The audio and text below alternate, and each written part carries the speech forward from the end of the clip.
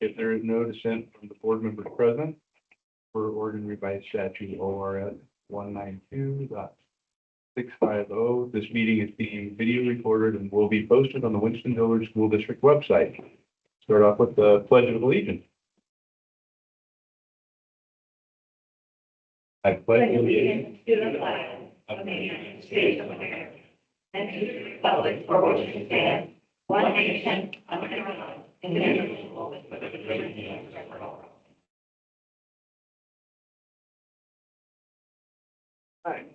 We have everyone from Susan present, so we have a quorum.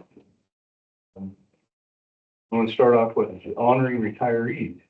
Yeah, each year we have folks that are able to retire and have spent a lot of time, a lot of effort, a lot of energy serving our kids and our community, and we appreciate that very much. I'm going to actually start with Joanne because I see her here. Joanne, you want to stand up? Yeah, come on. Joanne Watermaker.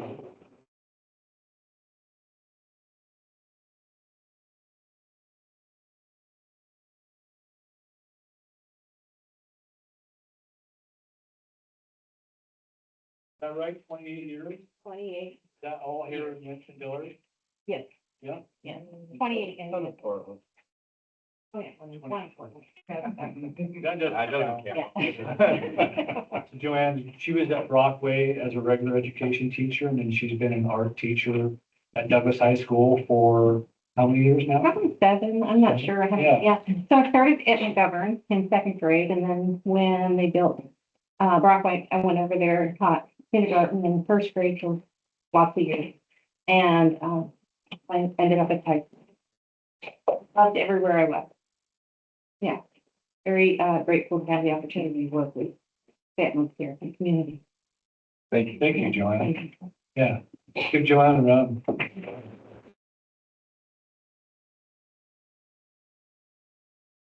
Got anything you'd like to say? I would say that my wife is, I would give her the, not only the teacher of the year, teacher of the decade, but wife of the decade. She raised 4 kids, being 3,000 miles from New York, where she's from. And that's no easy task. A lot of people couldn't handle that. And my wife did it. She's such a trooper. Yeah, I mean, she's amazing. Thank you, John. Yeah, you were very fortunate to have her here. Yeah. Grateful for your service, Joanne. Thank you. Wishing you the best in retirement. Thank you. Yeah. I can't wait. Yeah. Yeah, we do have school tomorrow. Little paper check. You know that. I'll be there. Is Christy Crawford? Christy, she's the elementary teacher over in Lisa's building. Is there anything you'd like to say, Lisa? 26 years as well, I think, believe, all in the district. Yeah, I do know she started at Riverside, and has been in kindergarten, 1st grade, and preschool at Riverside. At Rocket. We want to thank Christy. If you see Christy or know Christy, thank her for her service to the Dillard and our students community. Lisa, you want to grab this for her? The staff will be filled ready for it. Thank you. And then Karen Turner was also, she's a teacher up at, she helped us out. She's been in the district for 5 years, kind of came into the district around COVID, and then she's been at the high school for the last 5 years. And she's also retiring as an English teacher from the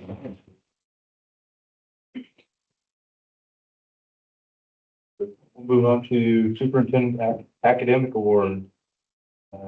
Start with, Yeah, let's go Douglas High School, looks like it's first up. I went from Douglas High School, usually I'll let, is it Casey? Casey, you want to come up and introduce the Superintendent Academic Award winner? Absolutely. Thank you. Yeah. Yeah. Here, let me give you this too. Yeah, you're there. As teachers, we try our best to take a positive impact or make a positive impact in the lives of our students. We try to inspire them to step out of their comfort zones, to try new things, and to have experiences that they may have never considered. But every so often, one of those students returns the favor. About 5 years ago, I was coaching basketball and minding my own business when I received a phone call from someone that I've admired and respected since the 5th grade. He said, if you don't find a soccer coach at the high school, my kid has to go to Roseburg, and neither of us want that. He was right. I had already penciled his daughter in as my point guard of the future, and Mr. Jones and I started searching immediately high and low for a qualified candidate. When none materialized, the school went with the next best option, me. And that's how tonight's Superintendent Award winner and I first started working together. Sanaa Pedersen is the daughter of Trish and Gio Pedersen.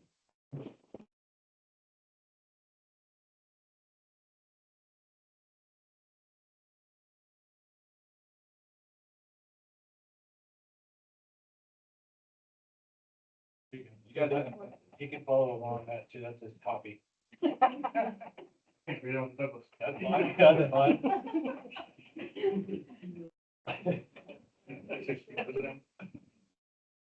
I told Gio before I came in that I'm running out of opportunities to say nice things about this kid, and well, I'm gonna miss him.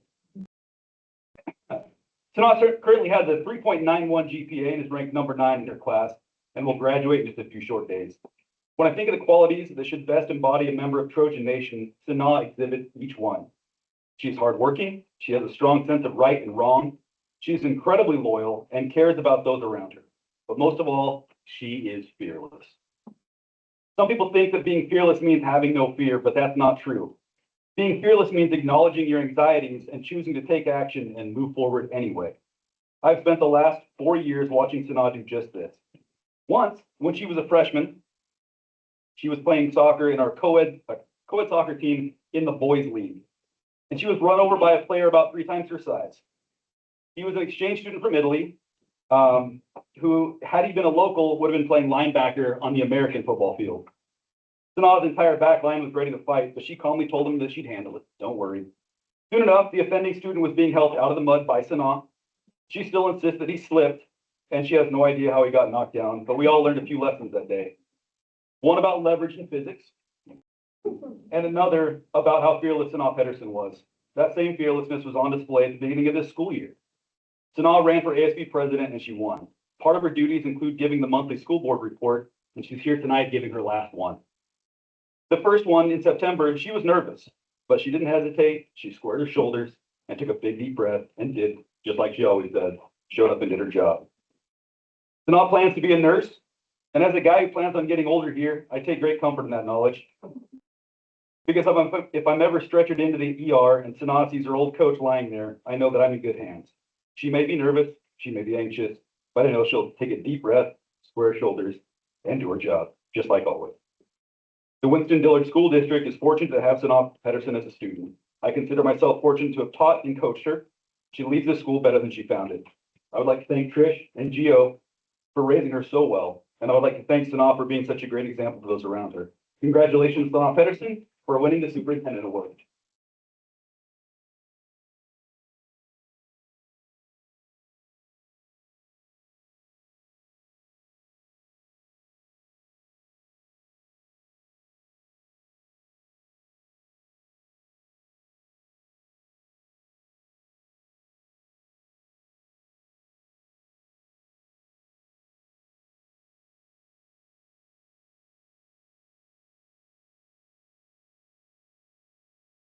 Oh.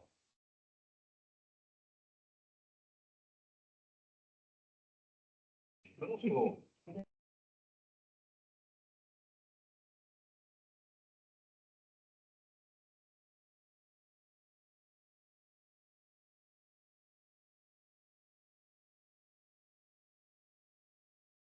It is with great pride that we recognize Emerson Busey, son of Benjamin and Stephanie Busey, for his exceptional attitude, consistent effort, and positive influence in the culture.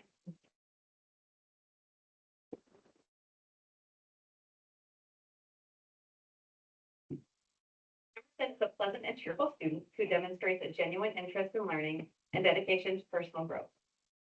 Additionally, his strong moral compass not only guides him to success, but it enacts a positive change in those around him. What sets Emerson apart is his dedication to truly mastering the skills required of him. Emerson is not satisfied by merely going through the motions, but instead thinks deeply and carefully about coursework. In addition to demonstrating great academic skills, Emerson frequently stays after class to clean, ensure Chromebooks are charging, and help others. Except for my class, because he always leaves early to go to band. Not only does he exhibit his dedication to excellence in the classroom, but also in the school band and on the basketball court.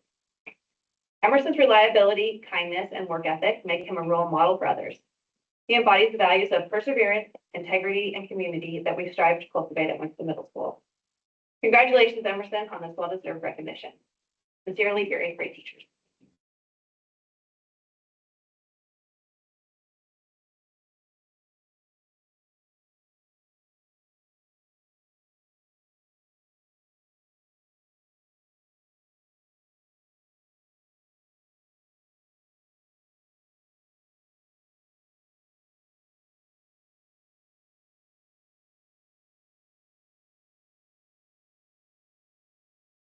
Good evening, members of the board and community. I'm Sanaa Pedersen with the DHS Student Report.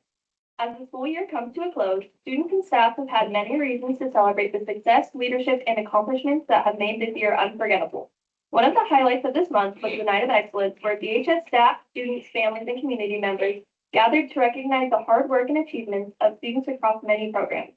My very own soccer coach, culinary teacher, and leadership teacher won Teacher of the Year and deserves nothing less.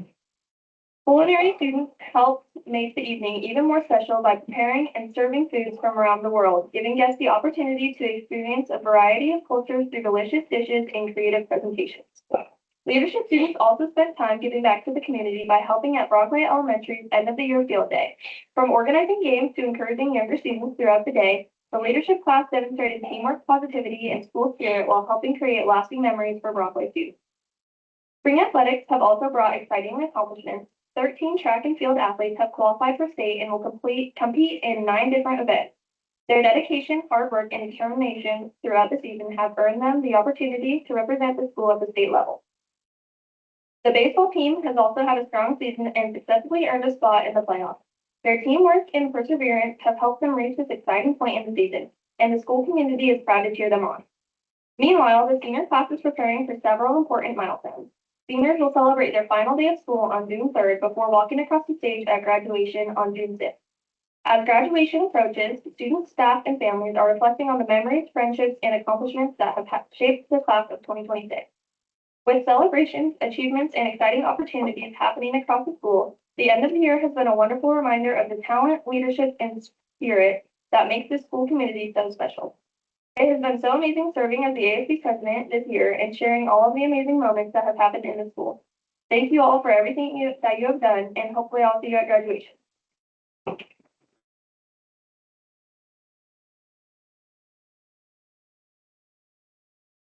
Great job this year. Appreciate it. So right now we'll take a break, for any of you who do not want to stay for the boring part of the meeting. You can. Wow. Right now,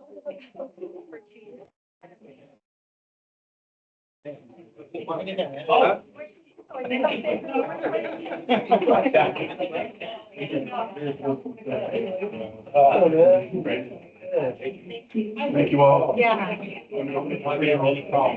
No? I'm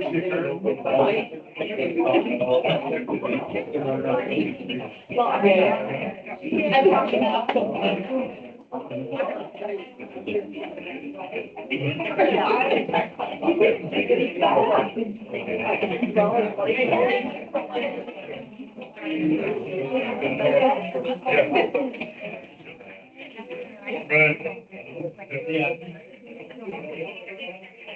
Emily, do you have a picture with that? Do I have what? Do you have a special coming up? But no comment. I'm not doing it.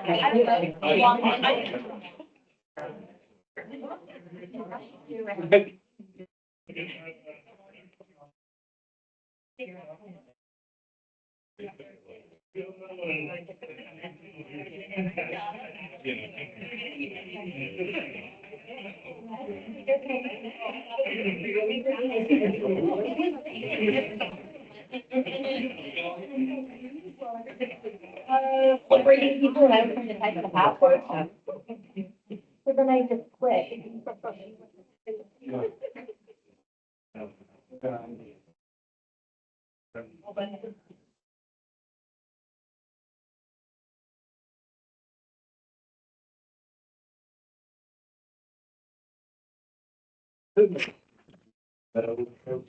Superintendent report. Let's speak about this extensively. We have been declining enrollment. You can see there, we're down to 1220. So back in January, we went from 1260 down to the 1230s. Maintained that for 3 months, and then we just saw a little bit of a dip again. And so 1220 declining. We'll continue to address that issue and do everything we can in support of increasing or maintaining student enrollment. Any questions? Student enrollment specific? Okay. There's lots. We have. Yeah, there's a lot, so I'll let these folks speak to the other goings on in the district as we move forward. For director, before the report, items of discussion. Winston-Dillard School District Elementary School recap, 2025-26. Brockway Elementary. That's perfect. Wow. Look at that. Look at that. Was there an order you wanted to go You know how many times I missed put my password in and it popped right up. The stars aligned right Yeah. there. Yeah, I can't. I do it for you or you want? I don't know. You know, I'm good right here. Okay. I don't know where it's supposed to. Keep going. That's okay. The three of us have put some slides together to share a little bit about, things we've worked on and accomplished throughout the year, and then a few areas of, that we want to work towards for next year. So, I'm going to be highlighting 4 different areas that we've been working on throughout the school year. Student behavior supports and skill building, for students, collaboration and curriculum planning, family and community engagement, and IA training and support. So with actually a school-wide approach, but also in coordination with our Dean of Students and our CDS, we worked really hard to develop consistent and clear communications with families about behaviors. And really what that equates to is that consistent information. So when things are happening, being very clear about what's happening and how we're approaching that and supporting our students to help improve that behavior. We're in doing that, we're creating support plans that facilitate that skill building, this child need and support for the classroom so learning can happen in those classrooms. So trying to help support that student and get them back into the classroom if they do need to leave, to take a break or to re-regulate, which then hopefully leads to less disruption during that instruction and gets them back into the classroom. So they aren't missing instruction. And then be able to teach those social emotional supports and strategies that our kids are coming to our school lacking. And then making what we are teaching them available throughout the school. So in the classrooms, in the cafeteria, during their specials. So whatever strategies they've been taught and chosen to use are appropriate and available to them. So for example, hopefully less elopement. And that doesn't mean that we're sending kids off to get married. It's actually leading the classroom of adulting and less disruption to classroom. We have worked a lot with PLCs and collaboration throughout the district and in our buildings, and a focus on curriculum and planning. So you've heard us talk a few times about Stand for Children and the group that we're working with, Dana Nuremberg specifically. has been our coach. I would call her a principal coach. And one of my, and I'll talk a little bit later about it, but what I've really enjoyed the most is the work with my colleagues, understanding what they are doing in their building and how I can support that and also learn from that and bring back to my building. We've provided instructional assistant training around engagement and best practices, alignment between our Reading Wonders program and simplified writing. Emily might talk about that too, and Jana. Continued intervention and data review. So we have brought in a new learning specialist that comes to us with lots of experience, and she's really helped our data teams work together, build a structure, and help make good decisions about reading instruction. And she has also provided professional development along with Crystal, our early literacy coach, and practice in partner class, so professional development and practice in that area. So how we engage students, how we get them thinking and motivated about their learning. Maybe? Okay. Also, we have included in our schedule, our school-wide schedule, time for small group, math workshop, and what fruit salad. So you've maybe heard all of those terms. Really what it comes down to is math group and small group and individualized instruction. So designated time within our schedule, training and planning, and just that consistency throughout our building of all classrooms doing that. We also have had some new intervention curriculum and training around that curriculum. Again, this is where I'm bringing back up that collaboration, but we've had our,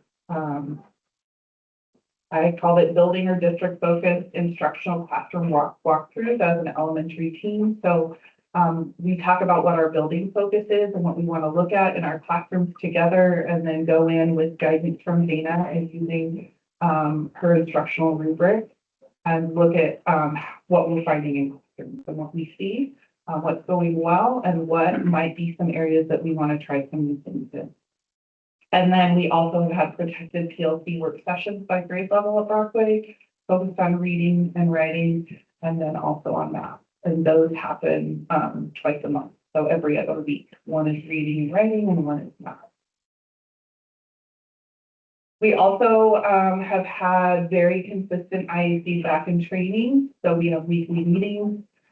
Information is distributed to those instructors about their groups, their student reading groups, and what they need to focus on, and what instructional strategies need to be used to help fill in those gaps or teach those skills. We also have supported math instruction during that fruit salad or workshop time with instructional support for teachers, specifically to math. And that is always a struggle when we spend a lot of focus on reading, how to get that support in math as well. And we have, I feel like, improved upon that a lot this year.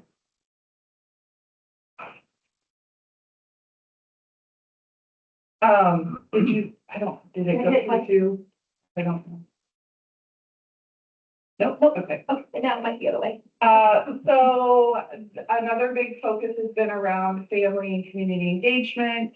So we have started up our booster club again. It is small but mighty. Here are a few things that we've done through our booster club. So we had a super successful family dance.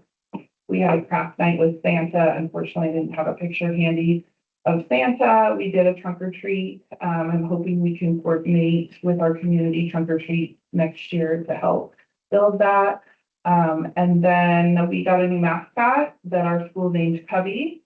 And in the top picture, that's Cubby's first experience, or his welcome to Brockway. And then the bottom picture is Celebrity Cubby at art night in a jacket and tie. He was very prepared for our event. I didn't have a photo booth. We were kind of wondering, what are we going to do for a photo booth? I did not need that with Cubby there. So. And those of you that know Amy, she is Cubby and I guess, wears that with pride. She loves to come and be. Also through our Title I funds, we have put on, art night and our math night. Math night was amazing. We were able to give away, math-focused games for every family that attended. Well attended by our teachers and, students, and it was really fun to watch families interacting with their children and working on math skills without kids hardly knowing that that's what they were doing. And then we also had, information to send home with families. Later, the next day, every student went home. So even if they weren't able to come to the event, which sometimes those evening events are hard for families to come to, they went home with dice and a collection of activities to use that dice with at home, and also that information for families about math and math instruction. Just a couple more slides. Sorry, my time is probably tough. I just wanted to talk briefly about preschool and how important and successful it's been. We have some very great family engagement nights that align with what we're already doing, but also specific to pre-K as well. There is a focus on those early literacy skills, rich vocabulary and language development, high quality instruction and social emotional learning, and the interaction between students. A lot of our families that don't participate in our pre-K or something similar really struggle with those social emotional pieces when coming to school. And it's also super helpful for our transition planning. We're already starting to work with our pre-Kers and planning for next year, meeting teachers that they potentially could have, and building those relationships to help with that transition. We've also spent a lot of time this year at Brockway working on our special education classroom and our inclusion and collaboration. So there's been a great, transformation in the staff collaboration and how they are interacting and getting along with one another, which really has spilled over into our students and student learning, and collaboration with our general ed classroom teachers. And many of our students are pushing out into their general ed classroom a lot more than they have in the past.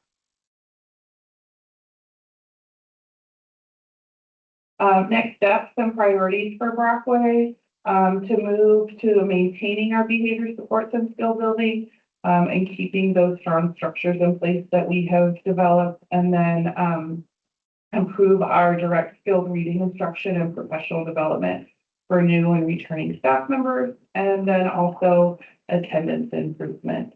So K2 attendance is one of our new, Kevin, what is that? It's not an indicator, but it's one of the. It's performance growth target. Thank you. And I would say early elementary students with sickness and being new to school, attendance is tricky because they are sick and they do need to be gone. But setting up those great routines and I guess just philosophy that school is really important, that you need to come every day. Any questions? Okay, thank you. Thank you. We'd love to bore you with data, but we don't have all that data fully in yet, so you've got to come later. We'll save that for another. I think you're next, Emily. I think I am. Do you want to sit there and talk? Did you get my side to sit here? It's working really good right here. Okay, so a lot of this is going to be redundant, so I might go a little bit quicker than Lisa did. At Looking Glass, we have 3 goals on our continuous improvement plan for our school, and those are the goals that our whole staff gets behind. We talk about why these are our goals, how this is going to push us towards our mission and vision as a staff, as a school. And so we wrote this plan 3 years ago. This plan is actually coming to an end this year, and we'll be creating new goals next year. So when you write a school improvement plan, you write them for 3 years. So this is the last year of these goals. And our first goal was based on attendance. And we said we want to show 93% of the average daily daily attendance in every class. And we even included our pre-Kers, which Lisa mentioned, our youngest students. It is difficult to get them there 90% of the time or more, but that was really one of our goals. And then our focus goal, so we started creating focus goals 3 years ago to focus on, to really focus our efforts on those underserved groups or those groups that really need our attention. So we wanted to decrease the amount of kiddos in our school that were chronically absent.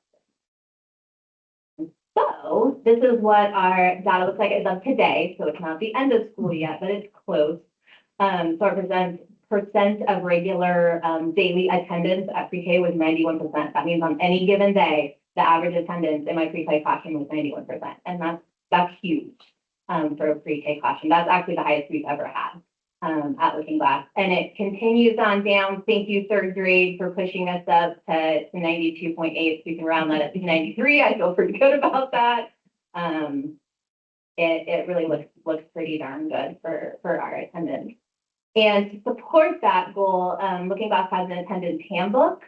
And the things that we do from that attendance handbook is every classroom has classroom rewards that they have set up to reward positive attendance. They also have individual goals for kiddos. So for some kiddos, 80% attendance, 90% attendance, that's a lot. We just need to show growth. We need to show that they were here more days than they were here the year before. That's a win if we can bring those families in and get them here on a more regular basis. So kiddos have individual rewards that they're working towards. Hey, you were here 4 days in a row. That's amazing. Go get some free crazy bread at Little Caesars. So really encourage kiddos getting to school. We have a game we play called Third Caller. Kiddos don't know this, but I strategically put that game on a day before there's going to be poor attendance the next day. And the classrooms that win know they have to be in their seat the next day to earn their prize. If they're not there, they don't earn their prize. So we do that really strategic. Kiddos don't know that. We also started sending our attendance letters home a whole lot earlier. So we send home hey, you've missed 5 days of school. That's a lot. How can we partner with you to get you here? So instead of waiting until they had 10 unexcused absences, we started engaging with families even who had just 4 days of sickness. Hey, what can we do to help get your kiddo well? Is it nutritional food? Is it what can we do to get your kiddo in their seat every day? We also make daily phone calls to kiddos that are absent and not just the automated ones. My attendance secretary, who is also my only secretary, calls every single day, every family that has a kiddo that's absent and says, hey, when was you here today? What can we do to get you here tomorrow? We also play Thank You for Being in Your Seat Today for kiddos. I'll tape little keychains underneath particular desks, just randomly walk through classrooms, tape things on the bottom. And then in my daily announcements, I'll say, hey, it's Thank You for Being in Your Seat Today. There may be something under your desk. And then they know that they have to be there to earn that. If they're not there, that goes back in the bucket. I also started school-wide check-ins for attendance. So we did a New Year's goal where I sent a letter home to every single kiddo, gave them their current attendance and said, hey, you're on your way to 90% or better, keep it up. Or, hey, you're not quite there yet. Let's make it a New Year's goal to get to school every day. And I added confetti in every single letter, and I really thought I was going to hear about it, but I didn't as much as I thought I was going to. And then I also did it. There's 25 days left in school. This is what your attendance rate could be if you came every single day. So right now you're at 80%. If you're here every single day, you could end at 83%. And I did some rounding up and rounding down to make it look really good if they were there for the next 25 days. We also added a big social media presence because we know that's what our parents are looking at. They're looking at Facebook, they're looking at TikTok. So to help make it important for kiddos to be there and also for parents to understand what they're missing when they're not here, we added a huge social media presence, and we go over fun things that have gone on. We highlight attendance. we talk about registering early and all those fun things. The one in the middle, A Giant Bit of Learning with Mrs. All, that's actually the least watched videos, because they're longer and they try to engage your brain about what kids are learning. So we haven't quite figured out how to get actual parent education into videos that they'll watch, but we're working on it. You gotta put cute kids and music in there. So our second goal at Looking Glass is using the district's adopted iReady program, and we wanted an increase of 16% of our kiddos reaching their typical growth. And then that focused goal is we wanted to increase the amount of kiddos that are reaching their stretch growth. So iReady says, they market that if you meet your stretch growth for 2 years in a row, that's something 3 grade levels.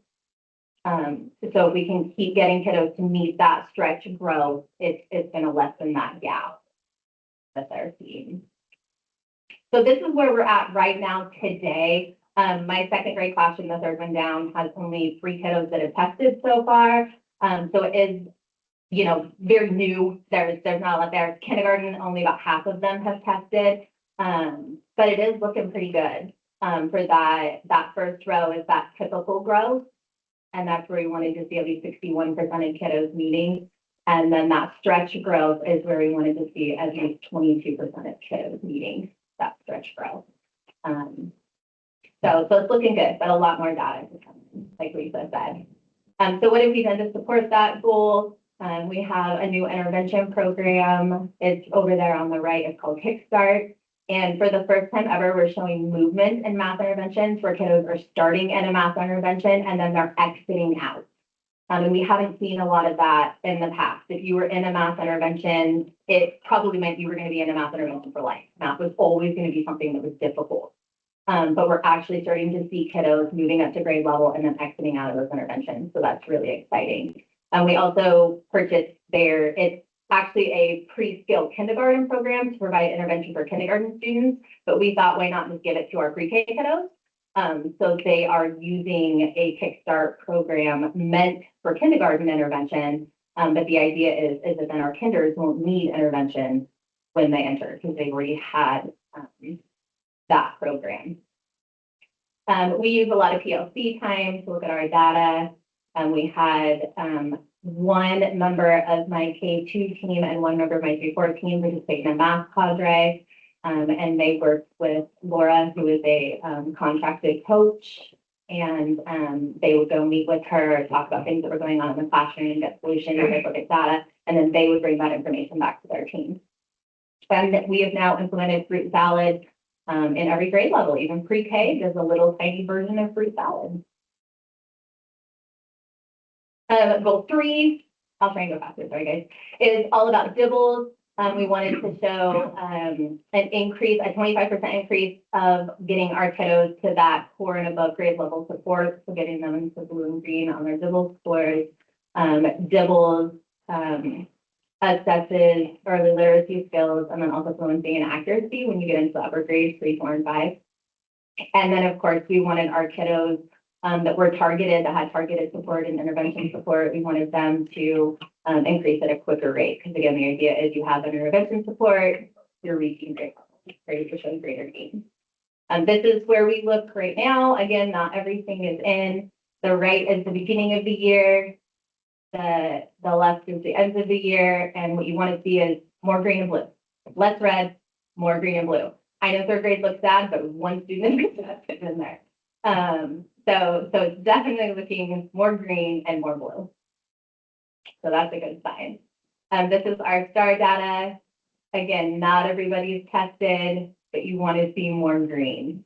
Blue is considered on watch for intervention. So we're definitely getting there. That one on the right is early literacy. So that's K1, 2. The one on the left is 3, 4, and 5.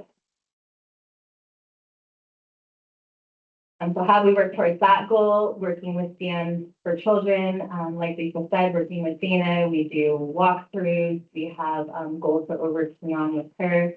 Our instructional assistant training has been huge. We've taught our instructional assistants this year, we've coached them on how to read their own data in their reading group. And I actually got an email from a teacher just last week that said, I'm so thankful for our instructional assistants. It gives me such peace of mind knowing that they know how to read their own data. And if something is falling or something isn't working or something doesn't look right, they're going to come right to me and say, I'm not reaching this kid. Why? We've also implemented this year reading group meetings where we've brought our IAs in, and once every 3 weeks, I go in at the beginning of reading group time, read a story, and they get to meet collaboratively, and IAs get to bring their data from their reading group and talk about what they're seeing and talk about engagement strategies and strategies to better reach our kiddos. We've done a lot of alignment work between Wonders and Simplify Writing, continued intervention and data work, continued work with Partner Talk, which has been a goal of all 3 of our buildings. We've been working towards Partner Talk. And then one of the things that came from Stand With Children was something called group closures. So it's up there in that top right. Every intervention group and reading group that ends on those different days, kiddos are asked those questions intentionally and given sentence starters modeled by the adults. So that all kiddos on Monday in my building at least 3 times have been asked, what was one thing you learned today? And then we've let parents know that that's what they're being asked on Monday so that they can then ask that same question at home. And then we have also, as an elementary team as a district, said that we are star educators. So this is our mission and vision as elementary educators, students thriving as readers. And that mirrors what we want our kiddos to do, which is be star readers. So looking back, we sit tall, talk big, and sit together and respect each other. And teachers, actually all staff, are expected to support students thriving as readers. And so what is that all impacted? We're going to be moving reading from one of our 3 goals to just maintaining. We feel like everything is in place. We're doing a good job. We're moving forward. We're going to do the same thing with attendance. We're just going to continue doing what we're doing, keep making little tweaks. At our next priorities, we're going to stick with math. We know we still have a lot of work there, especially with those 4 bullets. We're going to add writing because we know from our OSAS data, our kiddos can read. Writing is where they struggle. So we need to build a lot of writing stamina. We need to create assessments that are going to be effective for our teachers. And then our 3rd one is going to be grit because we need our kiddos to be able to do hard things. So those are our 3 goals moving forward. Any questions? Thank you. Thank you.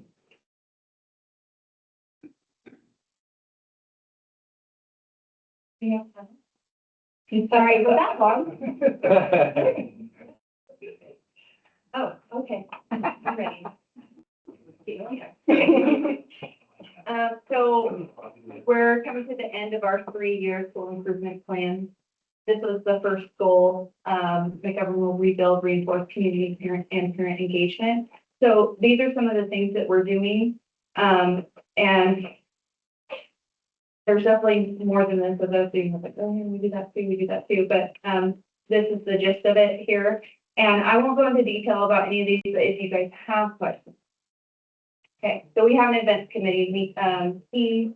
We have our open house to kick off the year each year. We have different family events that we do throughout the year. Last year we had a literacy night. This year we did a game night. We do a holiday arts and craft night every year. And then we plan on doing one in June as a send off for the end of the year. We started doing a 5th grade celebration the last 3 years, where we invite families in to come in and, celebrate the 5th graders' milestone of moving on to the middle school. We do a slideshow, cookies and juice. This year we're going to do it a little differently. It'll be a class out, so we'll have them invite families into the hall. They'll walk through and then we'll celebrate in the classrooms after.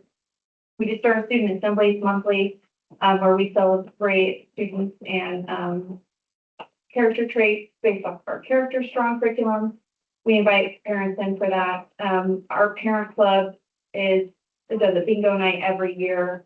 And we have our conferences. Our teachers are always striving to reach 100% of the families of students on their rosters.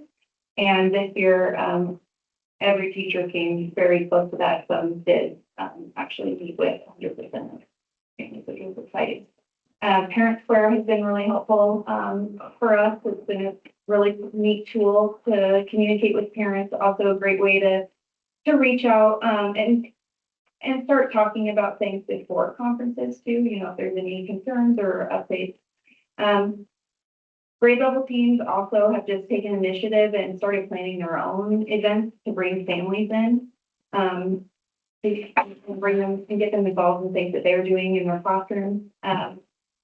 We've also been working on improving our social media presence, which has been very fun. And we have some pretty trendy teachers in our school, so they've been really helpful.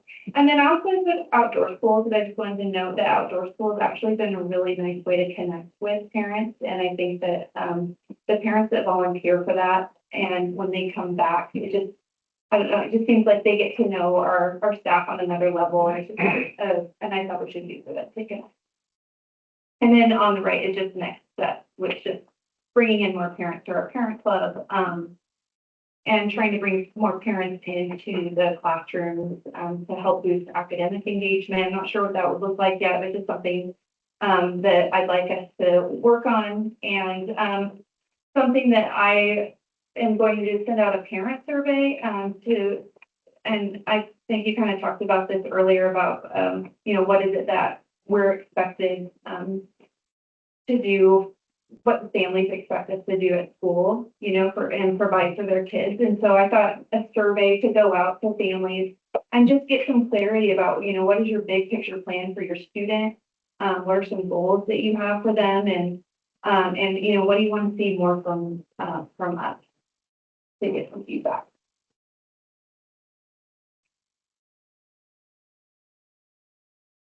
So we also had a goal to improve our math and ELA scores by 30% in each, and that's like school-wide. So over the 3 years, and some of the progress we've made towards that, we've also been shifting what we're doing in our special education program, trying to provide a more inclusive approach, very intentional, and being more intentional with what we're planning and the services that we're providing for our students. And it sounds like a small shift, but you know, things like that for a staff it can feel pretty big, especially if you're used to doing things a certain way. And our team has really been working hard at that. We also have a climate and culture committee and an attendance committee. They do things like they work on incentives for students for attendance, try to boost engagement in our school, and there's all sorts of things that we do in that realm. I also noted on there that we started a new schedule structure this year. It's new to our teachers, and I put on there that teachers are pioneering a new schedule structure. It's not new. It's new to us.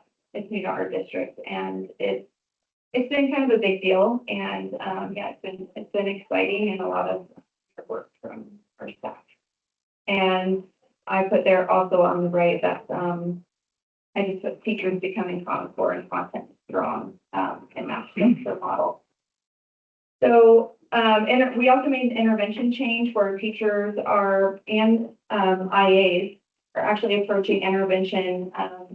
They're planning and executing our intervention as a team.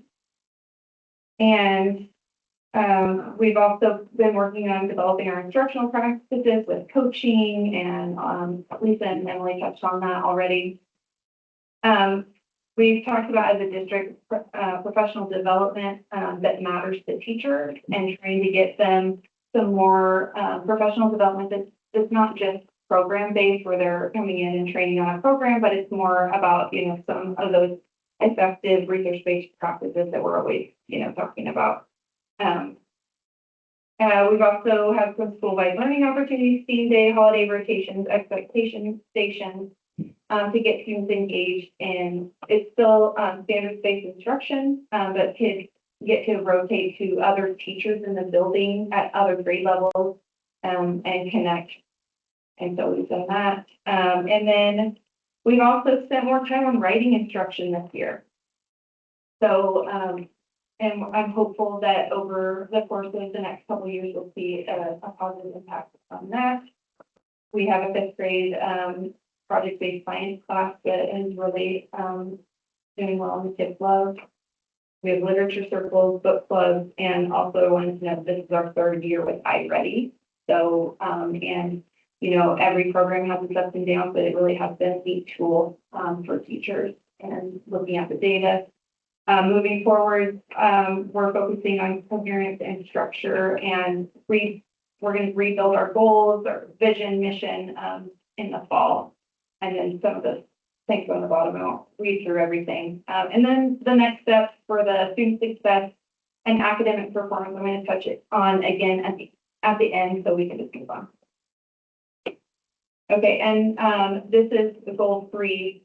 And that all of our students will participate in social and emotional curriculum. And this is some of the ways that we infuse the curriculum into students' day-to-day. And then I also put on there some principles that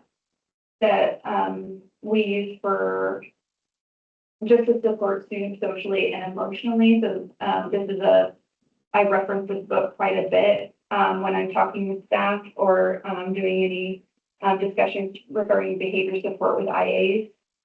Those 9 principles that are pretty straightforward, but it's just a good resource, and so I wanted to share that. Again, we have next steps on the right, so implement a common system across our classrooms next year for behavior management and weekly parent communication and bringing in some of that character strong, and then partnering with families as well.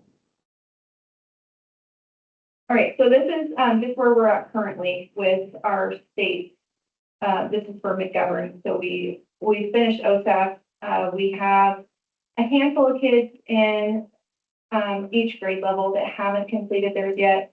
Not very many, but they are the math and ELA. Some of them aren't scored yet. ELA takes a little bit longer. So I just put where we're at right now. I also put what the at a glance was for McGovern for the last 2 years, just to give you an idea. So we received a little bit of growth. We generally stay in the 20% to 30% proficiency at McGovern across the board for math, science, and ELA. And although we do see some improvements, we're still not where we need to be. And I just wanted to note that that we recognize that and that we're going to work really hard to get our kids proficiency moving forward. This is a full report on OSAP showing our current 5th graders over the past 3 years, so that where we want our students to land is that level 3 and level 4 there at the bottom. And you can see some, you know, slow and steady improvements in the past 3 years.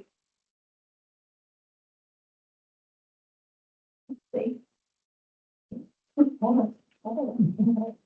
Okay, that middle, so what we want to see is we want to see less at level 1, less at level 2, more in level 3 and level 4. I also wanted to know that 28% of students, of 5th graders who scored a level 2, there were 20 students out of the 71 that scored a level 2, and 11 of those students were at near level 3. So that was really exciting for the 5th grade math teacher to look at each individual kid for to see how far they grew. That middle piece there shows the dots show the average score on the OSAP, and just to give you an idea for each year across for those 5th grade students, and just to show you that we're going up, making improvements. Again, not where we want to be, but we need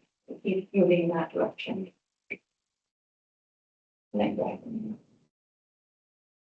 Okay, and then ELA is still in progress. I almost didn't even share this one because we still have so many that didn't be graded, but that's where we're at currently. So we are again seeing some improvement.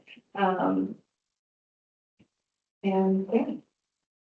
And then lastly, here's our four, focus areas for next year. A lot of these we've been touching on, the last 2 years, and we're just gonna keep refining what we've been doing and make some improvements. So, there's a study, by the New Teacher Project, and it's called the Opportunity Myth. It's a really neat study if you have the opportunity to read it, and it talks about these being the four key components that students need in order to have academic success. And the whole reason that study came out, they were, and hopefully I'm not butchering this, but basically there was a notice that students, high schoolers, were getting into college, and they are A and B students, and they're having to retake high school level courses and spending thousands of dollars. Why is that happening? And so they started researching why, what's happening in classrooms where students are successful, and these are the four key components that they found. So strong instruction, high expectations, deep engagement, and grade appropriate assignments. And that one is really interesting because especially with the Common Core State Standards and what we, when you're looking at grade appropriate assignments and how sometimes the skill might appear to be grade appropriate, but really it needs to be taught at a much deeper level. And that was, the big idea was becoming the content strong teachers so that we can ensure we're doing all of those things. So. Yep.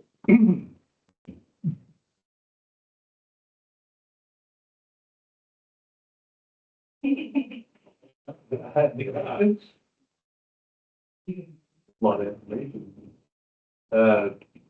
Let's move on to the summer food service program.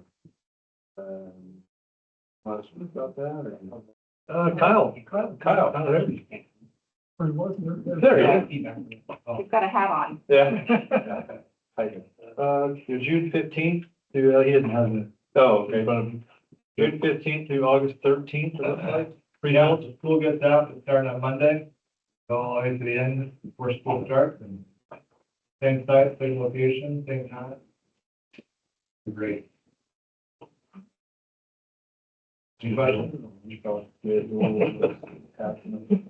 Extended school year and summer school description. Yeah, the district has received that summer learning grant, another grant that we received, which was, just felt that out. Dave, you want to speak to that at all? No? 80 hours. Yeah, we were able to apply for and receive a competitive grant from the state. And we had a great team of principals and staff come together and write that grant. And I think they just did a bang up job.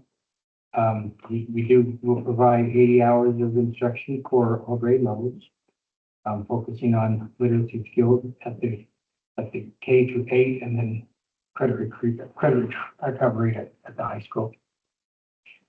It was a three-year grant. So That's a 3-year grant, yeah, thanks. Yeah, 3-year grant. So, and recurring awards, doing a lot of different things that we weren't able to do in the past, right? Like bringing wildlife safari in, doing the big animal adventures. And it's kind of a big deal. It is 26, 27, 28 for summer, so we're secure for providing 80 hours of instruction for our students for the next 3 summers. So I want to also say thank you to Dave and all of the people that worked on the grant. Big deal. Do we get a lot of kids that take advantage of this? Yes, yeah, elementary, want to speak more elementary than secondary, third, but I mean, in terms of numbers, expected numbers. Right now, I have about 25 to 30 students signed up.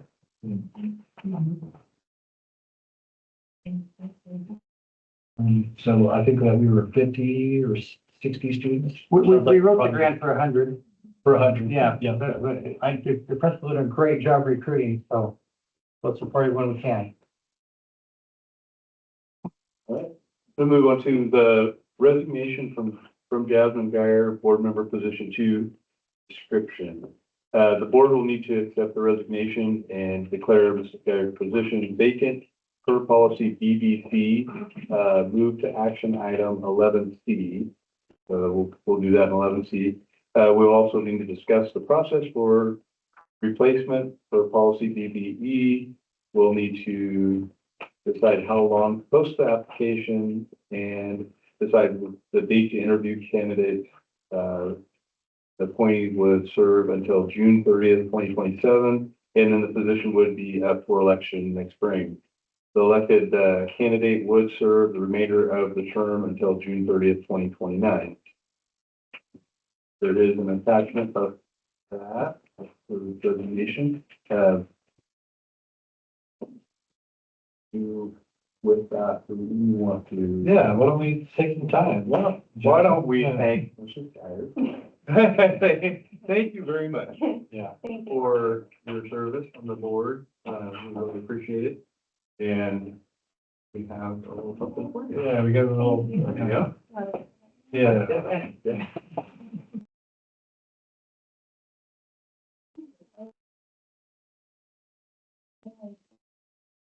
Thank you. Thank you. It's been my pleasure, and I appreciate everything I've learned and all you guys. Yeah. Yeah, absolutely. Yeah, thank you, Jasmine. Yeah. Sure, thank you. Yeah.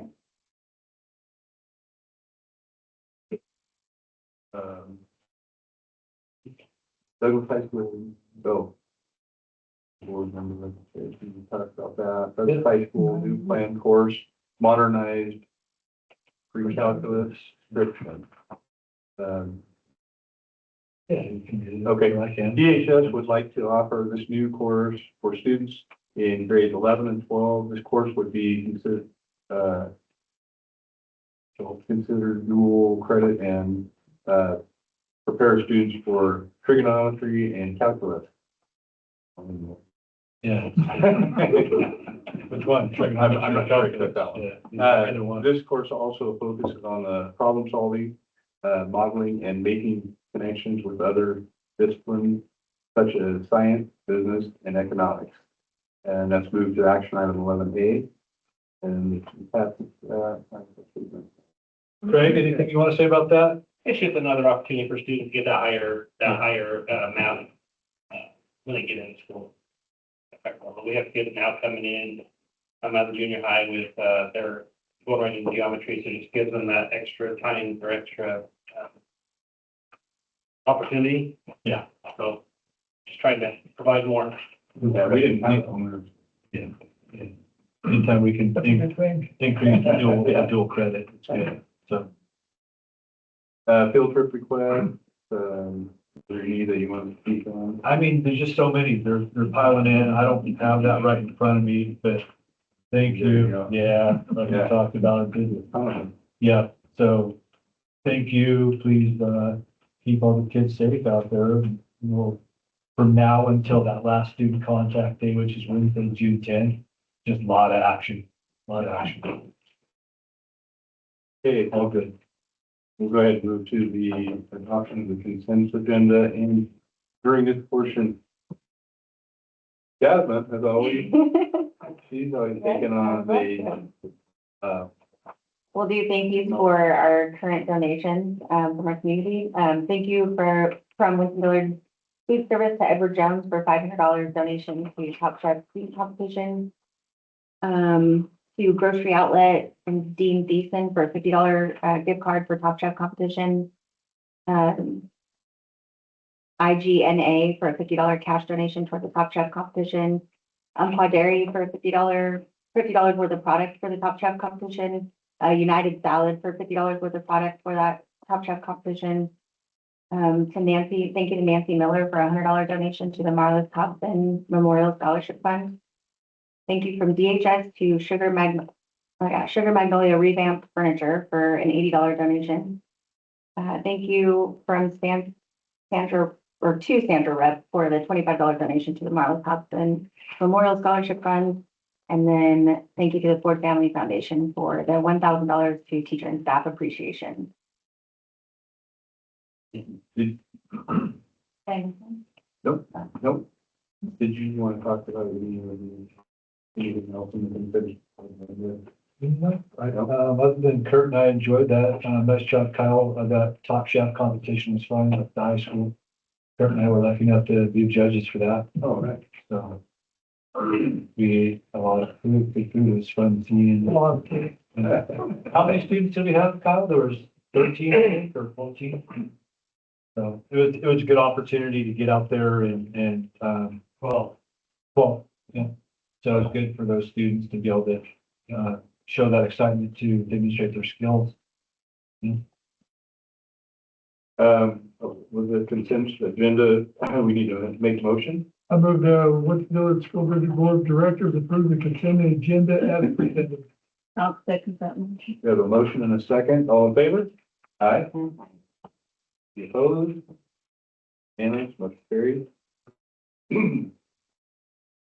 Action items. The Douglas High School youth band tours on the Oh, okay, yeah, that's what we spoke of. We need to make a motion on that. I move that Winston-Dillard School District Board of Directors approve the modernized pre-calculus plan course statement for Douglas High School. Second. We have a motion and a second. All in favor? Aye. Unanimous, motion carried. Umpqua Community College, expand options agreement. Description. Expanded options under the provision of SB 300 for student in grade 11 and 12. This allows eligible students active to enroll in college level classes at UCC up to 12 credits per term and or 36 credits per year for the 2026-27 school year. The district will be responsible for tuition only, billed at 80%.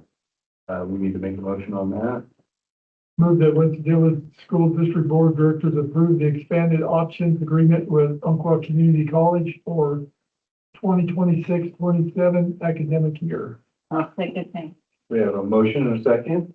All in favor? Aye. Aye. Unanimous, motion carried. That's 11C, accept resignation of Dr. Dyer for position. Per policy BDC, the board must accept resignation and declare the position vacant. So there's a recommended motion. Would anyone like to? I move the Winston-Dillard School District Board of Directors approve the resignation from Jasmine Geyer as Winston-Dillard School District Board member, position 2, and declare a vacancy. I'll second that one. All right. We'll let Jasmine go. Okay. All in favor? Aye. Aye. Opposed? So, motion carried. Communication, do we have anybody signed up for any communication? Anyone out there? So we'll go to the good of the order. I know that the elementary, I don't know if they have any more to say or not. I mean, they have a lot of information. That's great. Don't worry.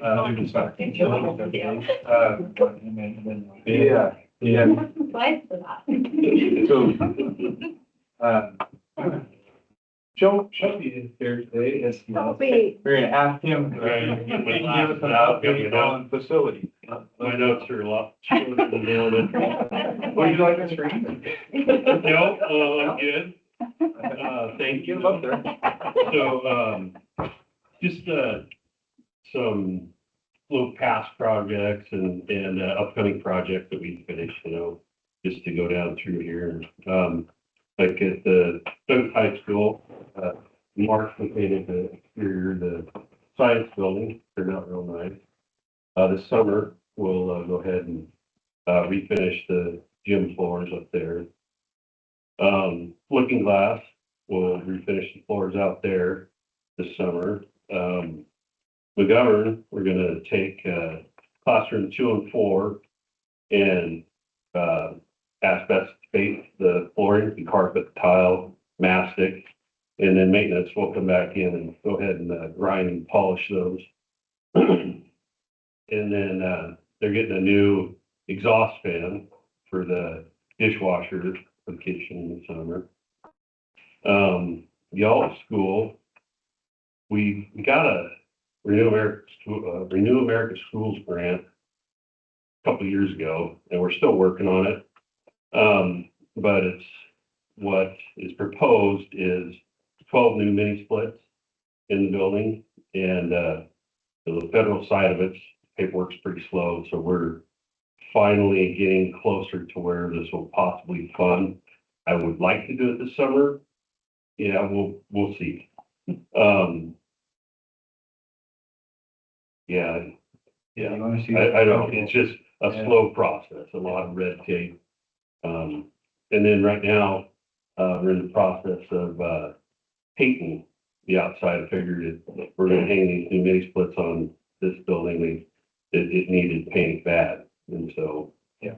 The middle school, we just installed a 6-foot fence on the east side of the property. It used to be a 4-foot, and this is the COPS grant portion, so it gives, I mean, before you just kind of step over it. So now, I mean, if you're gonna have to, just like these out here, work at it if you want to get over it.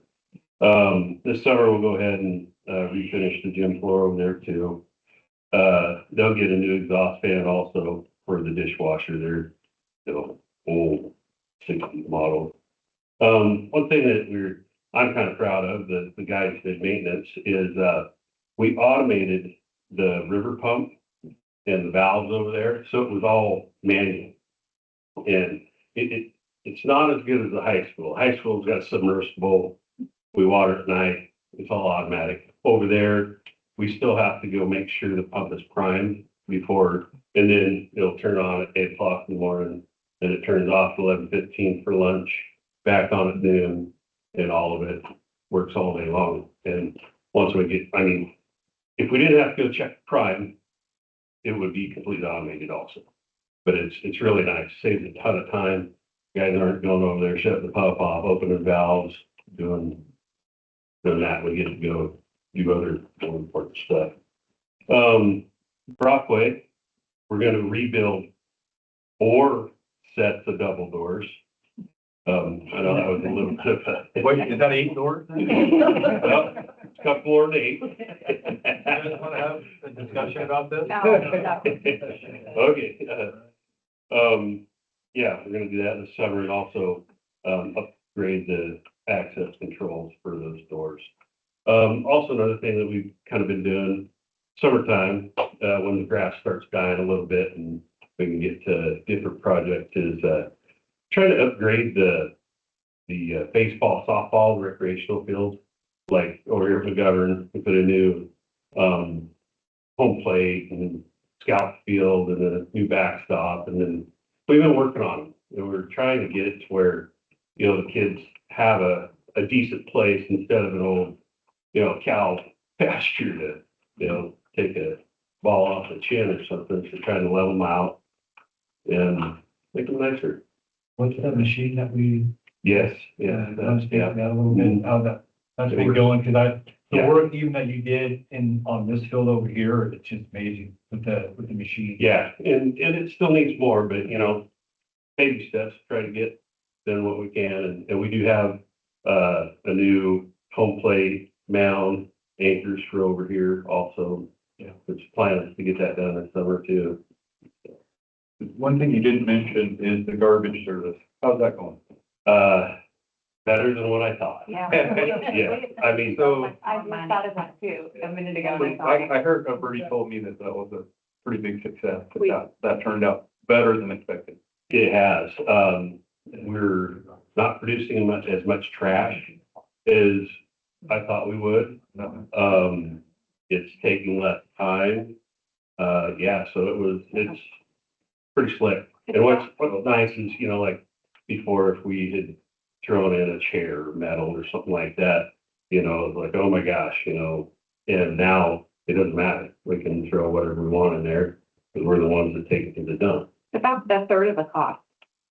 The estimated cost. Yeah, that what we thought. Yeah, it's So there was a initial saving, and then it's a third of that estimated. Yeah. Yeah, so the first year, I figured it, and don't quote me on this, I figured it was about a $7,000, cost that we would recoup after buying trailers, the dump and everything. I mean, we're still gonna put $7,000 in our pocket. And it's, like she said, more than that. Yeah. So, It was a great win. Yeah. Great save. I feel like too, I see the dumpster is almost full and I think, oh gosh, it's time, and they just come and do it, and I mean, it hasn't been a hassle in my Well- building. And it was at, even at, or at least at Looking Glass, wasn't it? Didn't they not pick it up sometimes and they're, yeah, not you guys, but so I cheat on that. I have cameras on all the dumpsters. Oh, So I check them. I was like, oh, hey, Brian, go get Looking Glass. I shouldn't say that because it just, automatically happens, but. hey, when you Yeah. pay for those cameras too, you might as well do something. Yeah. Right. but it also, I would think, leads to efficiency too, Yeah. right? Oh, You don't go and Sure. Yeah. don't need it. Yeah. It's labeled Winston-Dillard dumpsters. Exactly. As John showed me. Hey, we can start our own service. Yeah. Yeah. See if Roseburg wants to do it. All right. Well, I'll need some. We have any questions? Yeah. Could you talk about our East-West Shrine kids going this year? My understanding is that we have three. I know that Ryder Sawyer, Reese Willis, and the third one is, The cheerleader. I think it's the first time we've ever had a cheerleader be selected to go to the shrine. that's awesome. So, Yeah, I know that to be able to have even one is a pretty feather in your cap. So for us to be able to send as many as we are, that's a pretty great thing. yeah, they got switched from the west to the east. I guess they got a call and they were, so. Oregon's Oregon, right? But I played on the east squad, so tell the story. they were 50 years ago. So. Did you wear helmets then? I was calling them traitors for a while, but now they're on the same team. So, All right. So the Shrine are gonna be there on Thursday, at the beginning of our assembly, to introduce them, they're gonna come in on Thursday to our assembly, and they're gonna say something. Tomorrow? There's a small presentation. Yeah, small Or next week, presentation. a little hat. Assembly. Right. They gotta wear the hats. Little yeah. car. Yeah, and from my understanding, they're actually going back, they used to go into the hospital back in the day, which was kind of a life, altering for students to go in and see how that really is. And so they're gonna start that again this year. From my understanding, they're gonna go back into the, hospitals, to visit kids, which is a pretty neat thing for all the kids, I think. You see those kids and how happy they are. You know, it was unreal for coming where you never see it, to go there to the hospital and walk around and, play, games with the kids and stuff and see them in the beds, and it was eye opening. The game was, you never remember the game, but you remember that. But I got one more piece. The trap club got first in conference. So they blew everybody away. Our AD come out, give them a little encouragement in the win. But More like I was in awe of some of the skills that I saw from the kids on that team. That was impressive. And yeah, that was our younger kids. The older kids really put on a show this year. Like Ryder Sawyer, they shoot 5 weeks. You shoot a score of 50 every week. You shoot 50 birds every week. He shot a 49, a 50, a 49, and a 50, and a 49. He missed 3 birds out of 250. So. Well, and if you haven't watched them, the bird come out and some of the, I would say, lesser experienced kids, the bird gets out there a ways. With kids like Ryder, I mean, it's barely out of the chute and that thing explodes. They track that thing so fast. It's really something to watch. Yep, state next, so we're taking 20 kids to state, so that ought to be fun. Be a long day, but. if you want, just to finish up everything, just talk about what's going on with the athletics. Yeah, that'd be great, yeah. He'll be my, Oh, you're trying to get out of it? So, the 2025-2026 athletic kind of year in review. School year has been a hallmark success in the athletic department at Douglas High School. We have seen exceptional student athlete participation and high levels of competitive success across all three sports seasons. 12 of our 16 sports, which is 75%, have experienced success at the state level. The icing on the cake is that multiple athletes from Douglas High School are set to continue their athletic careers at the collegiate level, whether it be wrestling, soccer, you name it. We've got a number of kids moving on, which is really, really awesome. The biggest thing that I think that we've done in terms of athletics in our district is the reassembly of the old Umpqua Valley League at the middle school. We went to work, we started talking with people at Roseburg, and we were able to get Joel Lane, Fremont, of course, Winston-Dillard. We've got Sutherland, South Umpqua. We were able to get Glide to join and Coquille to join. And so we have very substantially decreased the amount of time students are going to spend on a bus and out of the classroom, which in turn also, saves the district a ton of money every year when it comes to transportation. That's probably the thing that I'm the most proud of that we've accomplished athletically this year. Any questions about any of that? Great. Will there be two teams for, like they used to at Fremont and Jolene? They used to have a red and white and a. So they have been, playing down in the Medford, Ashland, Grants Pass area. And it's been a gigantic mess down there. There's multiple divisions, gold, silver, bronze, platinum, I don't even know how many different divisions. And they were encouraged to try to put together as many teams as they possibly could. So they had really muddied the waters, trying to get kids to participate that didn't even really want to be in sports. What we're hoping to get them back to is at least no more than 4 teams when it comes to volleyball, boys and girls basketball. The track, the cross country, the football stuff will play itself out pretty easily. But they're going to go to a varsity JV format at the middle school when it comes to volleyball, boys and girls basketball. And so if they end up with more than 2 teams, they'll have kind of an A team, a B team, so on and so forth. But the numbers that Fremont and Jolene were noticeably different. One school is going to be able to supply more than the other. So luckily, with being so local, we can get together, we can schedule, we can be honest about, this team's this good, this team's this good, and we're not driving, 3 hours over to the coast to play somebody that we either beat by 50 or lose by 50.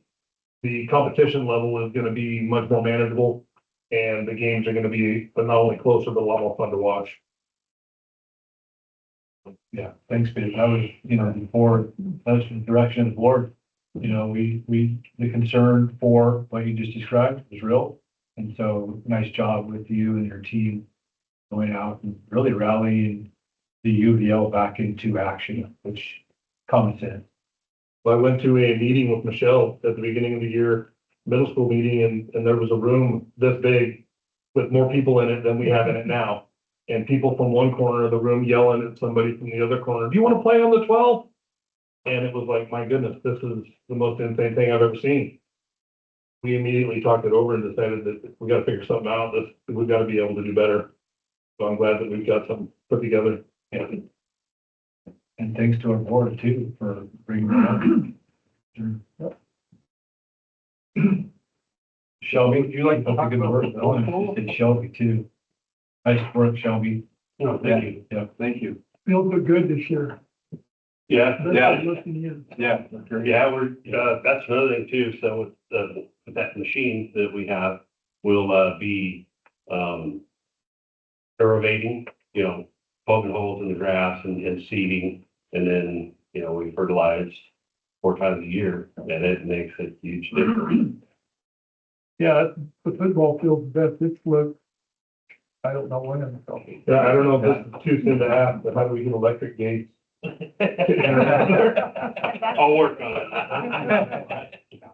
But we We used to better pay separate to those. do that. Yeah. Take that out for the field. Yeah, we used to pay a lot of money to have that done, and probably does that himself. Sorry, My guys. you mentioned that, you mentioned the science building too. That does look amazing with that new paint, if you haven't seen it up there. Gonna keep it a match. Yeah. That's what we're trying to do. It's looking good. Sorry, Bobby. Joe, would you like to say something about the middle school? Sure would. So at the middle school, we're in full swing with the Spirit Week. It is tie-dye day. Tomorrow will be our lay day because we have a beach themed after school dance. We also have an assembly with our talent show. That's spearheaded by our leadership class. Next week, we're gonna be welcoming the high school seniors for the senior walkthrough on Tuesday. We have our band concert Tuesday evening. And then, on the 3rd, we'll be inviting our 5th graders over for their visit to help them transition up to the middle school. And Thursday is our annual 8th grade boat float up at the UCC. 8th graders will spend the morning building their boats, and then they'll take them all up to UCC and compete to see who stays floating the longest. And then we're gearing up for the last day of school on the 9th with our 8th graders. They're going to have their assembly and the yearly concrete handprint, the sidewalk, and then touring of the high school. And just back to athletics a little bit, we did send a few kids up to Corvallis for the Meet of Champions, where we had a couple of kids place. In the shot put, Eli Kniebel got 5th place and Macy Kniebel got 6th. In the javelin, Macy Rich Creek got 14th. And in discus, Eli got 1st, and which was interesting because it wasn't his personal best. And then Tate Davis got 19th. In the high jump, Dakota Compton got 13th, and in the 200-meter hurdles, Talon Hester got 18th, and Briley Young got 26th. So we had some good competition there. Thanks, Michelle. Thank you. Yeah. Norma, do you have anything for the? Elementary, is there anything else that you would like to add? I joke, but you have so much good information to. No, if you have- we don't. Nice presentations. Yeah, thanks for sharing all that. See? Thank you, covered everybody. Margie, did you have anything you would like? No. Dave. Dave? Dave's. All right, well, with that, we're gonna call this meeting adjourned, and our upcoming budget board session in Winston, Village School District Office Boardroom on June 3rd, 2026 at 6 p.m. 5 regular session at Winston Village School District Office Boardroom on June 17th, 2026 at 7 p.m. So, that. Good.